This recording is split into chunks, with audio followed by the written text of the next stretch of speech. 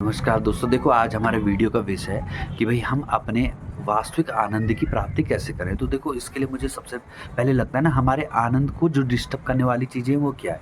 जब हम कहीं जाते हैं और जैसे ऑफ़िस गए, ऑफ़िस में जो हमारे साथ घटनाक्रम हुआ ना, वो हमें पूरी तरह प्रभावित कर देता है। हम उसके बारे में सोचते हैं किसी ने हमें कुछ बोल दिया या हमारे आस-पास या हमें किसी ने बोल दिया, हम उसके बारे में विचार करते रहते हैं कि भाई इसने मुझे ऐसे कैसे बोल दिया? और वो हमें पूरी तरह से परेशान कर देता है। वास्तविक रूप से सभी के साथ ऐसी घटना होती है या ऑफिस हो या अपने आसपास हमें अधिकतर प्रभावित क्या चीज़ें कर रही है जो किसी किसी के बारे में विचार करके हम अपने को परेशान कर दे रहे हैं। तो क्यों कर रहे हैं? क्योंकि भई ये व्यक्ति हमारे बारे में क्या बोल रहा था, इसने कैसे बोल दिया और ये क्या सोचता है, यही हमारे अंदर चलता रहता है और हम उस समय जब हमने क्योंकि भई एक की बात है, अगर एक से अधिक हो गए ना तो हमारे मन में अगर उनके विचार आने लग गए तो वो वास्तविक रूप से हमें परेशानी करने लगेंगे।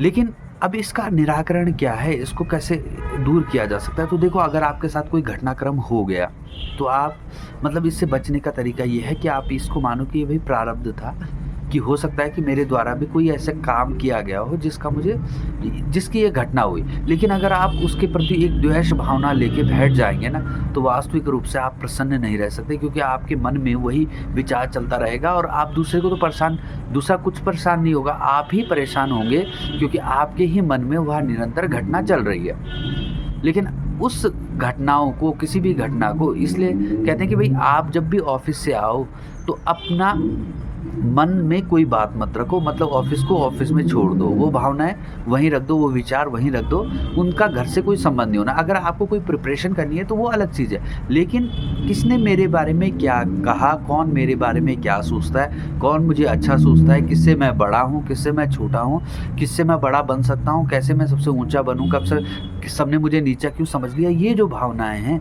ये आपको पूरी तरह से आपके आनंद को नष्ट कर देगी और आप इतना इनमें घुस जाओगे कि आप सुखी नहीं रह सकते।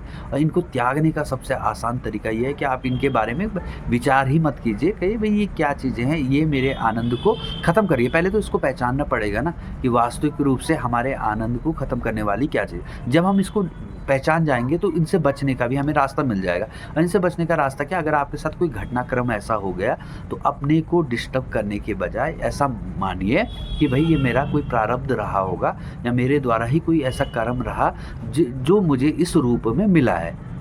सबसे आसान तरीका है यह किसी घटना को बिसराने का और उन लोगों को अवॉइड करो। अगर आपको लगता है कि कोई आपके जीवन को प्रभावित कर रहा है तो उनको अवॉइड कर दो ना। उनको अवॉइड कर दो, उनसे उस टाइम जो आपने बातें कर ली लेकिन उसको मन में मत बैठाओ। अगर हो सकता है कि आपने भी कुछ बोला हो लेकिन उसके बारे में विचार मत करो कि मैंने क्या बोला, वो उस चीज़ को त्याग दो।